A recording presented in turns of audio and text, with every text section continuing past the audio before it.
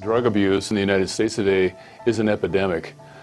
Currently, there are more deaths annually from drug overdose than there are from gunshot wounds or automobile crashes. In the last few years, prescription drug abuse has escalated, and I think you can attribute it to many things. Unfortunately, media coverage about prescription drugs, and we are unfortunately a pill-taking society, and so young people see that and think that it's okay.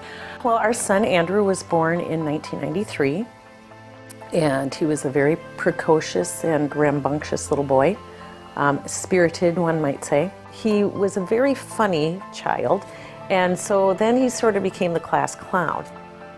That's one of the things his friends loved about him, and they loved his sense of humor. He was a fun kid, and and full of a lot of love. Prescription drugs, when taken as prescribed, can be very beneficial, but when used inappropriately or illegally, they can be deadly. Because they're prescribed by a physician, there's this idea that they're okay, that they're safe, and if I take one, it's not going to be a problem. Long about 9th grade, we ended up catching him smoking marijuana. And then we went into 10th grade, and he got caught again. Once he started high school, things got a little tougher. Andrew was looking for acceptance, which a lot of kids do during those junior high and high school years. We were pretty shocked when we found out that he had been using prescription drugs. Because if we drug tested Andrew, we typically drug tested him for marijuana. We didn't drug test him for opiates or other things. Prescription drug abuse can start innocently.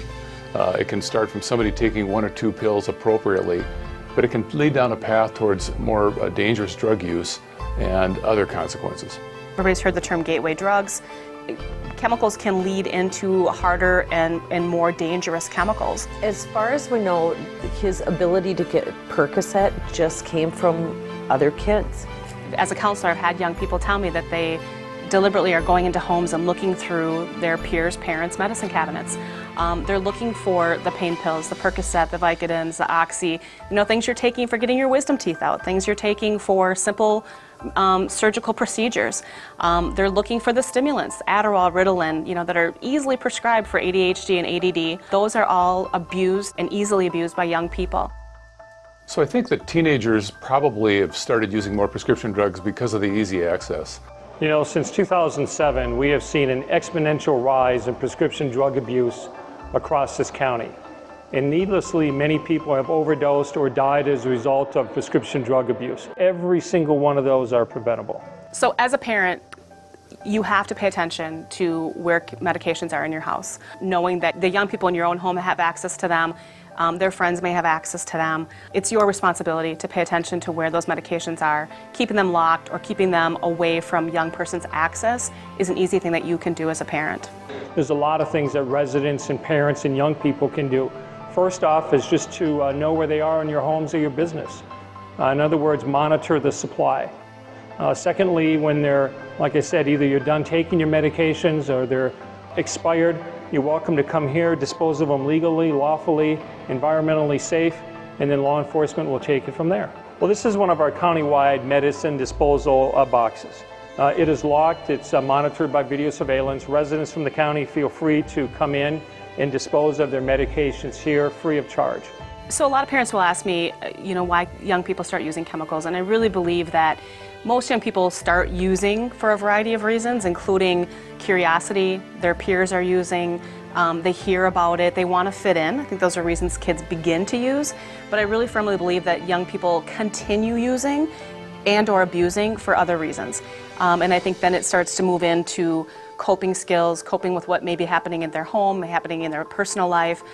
They may have a mental health diagnosis. So the two of them go hand in hand.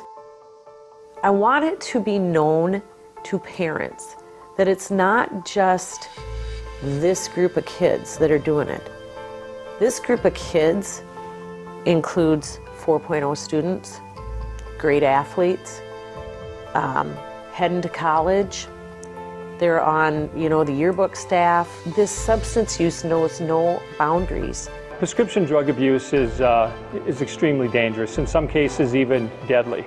The problem is that people get hooked on prescription drugs, mainly the opiate-based painkillers, and that leads to something else like heroin abuse or heroin overdose, which is extremely deadly. Then that fateful night came in March when about 4 in the morning I woke up and I noticed that there was a text message from Andrew, and he had said, Mom, would you please do me a favor and throw my clothes in the dryer when you get up in the morning, please and thank you. It just so happened that Bill decided, he had planned this beforehand, to take Tuesday off, so he was home.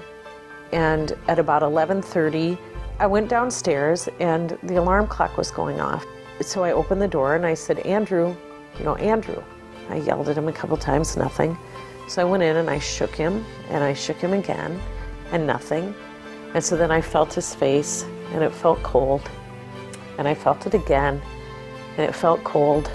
And then I ran upstairs and I got Bill and I said, you need to come down, Andrew's unresponsive. And Bill came flying down the stairs and, we turned him over and he'd been gone for a while. I called 911 and Bill got Andrew on the floor and tried to do CPR even though he knew that Andrew was gone. And the rest of the day is kind of a blur, but we came to find out later that Andrew had died from a heroin overdose, unintentional, and he had snorted it. I find out later from interviewing some of his friends that he had started using Percocet again, long about in January, or oxycodone, whatever he could get, and he couldn't get any that night, but somebody told him that they could get him heroin. He did it, and we're not quite sure where, but it cost him his life, and he didn't intend to end his life, but that's what happened.